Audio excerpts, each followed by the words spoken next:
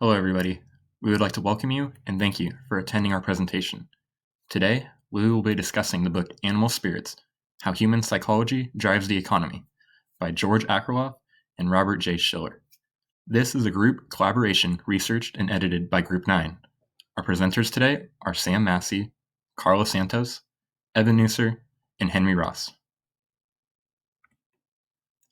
We will be addressing how the destabilizing nature of our animal spirits causes a sense of fairness, corruption, and other sentiments when making decisions. It is our mission to provide valuable information to you, our clients, on how this book can help you better understand decision making when dealing with financial topics. Professor George A. Akerlof and Professor Robert J. Schiller are both winners of the Nobel Prize in Economics, with Akerlof in 2001 and Schiller in 2013. In this book, Akerlof and Schiller explain the importance of understanding the role played by emotions in influence economic decision-making. There are many comparisons drawn between our animal spirits and the familiar topics in behavioral finance. As depicted on the cover art, we see the characters at the highs expressing happiness, but as the chart begins to fall, we see the characters at the bottom expressing fear and uncertainty. These emotions are tied into two key takeaways. How does human psychology drive the economy, and why does it matter for global capitalism? Now that we have a clear understanding of our material, let's discuss our animal spirits. Animal spirits can be broken down into 5 main points, starting with the fearless confidence in economics, then corruption and fraud, fairness equaling happiness, money illusions, and the power of a good story. Many success stories in economics did not begin through rational consideration, but rather by hormonal fearless impulses that give the individual confidence, which is established through the information and environment around them. This type of psychology is where the idea of capitalism originated from and the source of entrepreneurship. A modern example today would be the large waves of tech workers who are flocking to the Silicon Valley in hopes of a high paying tech job without necessarily considering the inputs versus the outputs. Next is corruption and fraud, which represent the dark side of economic operation. But with that also comes innovation. Innovation in economics means getting rid of old rules and replacing them with new rules. Successful innovation benefits everyone, while failed innovation will be criticized for fraud and abuse of rights. An example of the result of fraud and corruption is the 2008 subprime mortgage crisis within the banking and mortgage industry, which caused the asset bubble to collapse. However, before the collapse of the asset bubble, no one would question the economic benefits that they were receiving. Fairness equals happiness. Fairness creates a more positive environment. This helps decrease the difference between people who have different amounts of experience, income, and education. Everyone has different experiences in their life, which cause them to have different jobs and wages. But if there is more fairness within these wages, then this could influence with what happens with the economy. Having this fairness can increase confidence and cooperation between workers, which will affect how people spend their money. People will be more confident with what products they buy or where they invest their money, and this could help to boost the economy forward. Money illusions. These illusions account for inflation and deflation in the economy.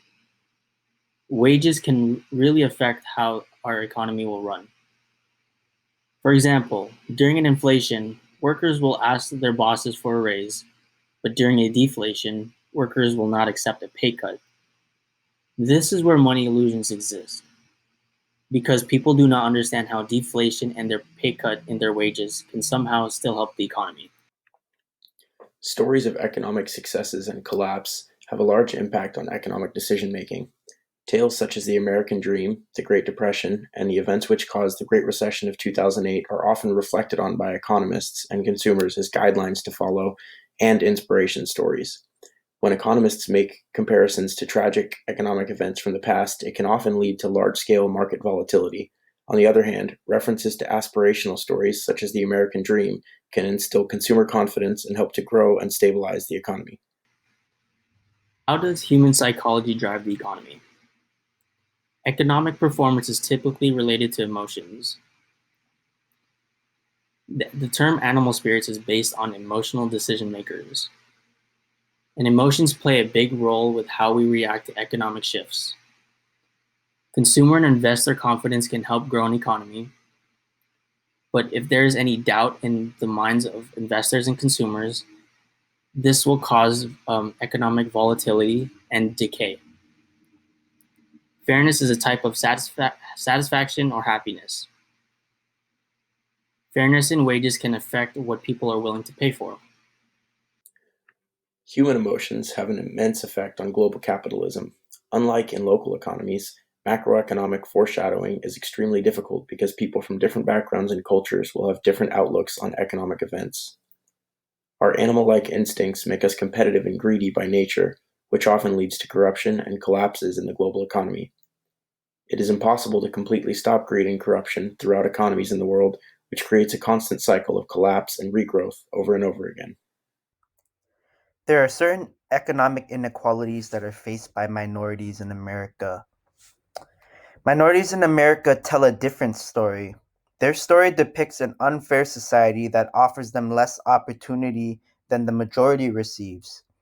And to overcome these economic differences, policies must be put in place to strengthen and change some areas. One example is affirmative action, which is one of the most important and effective ways to boost economic levels of minorities. Not only does it ensure that they are given a chance, but it also lets them know that the group that they identify actually does care about the interests of minorities. Also, increasing the amount of government jobs offered to minorities will help serve the economic interests.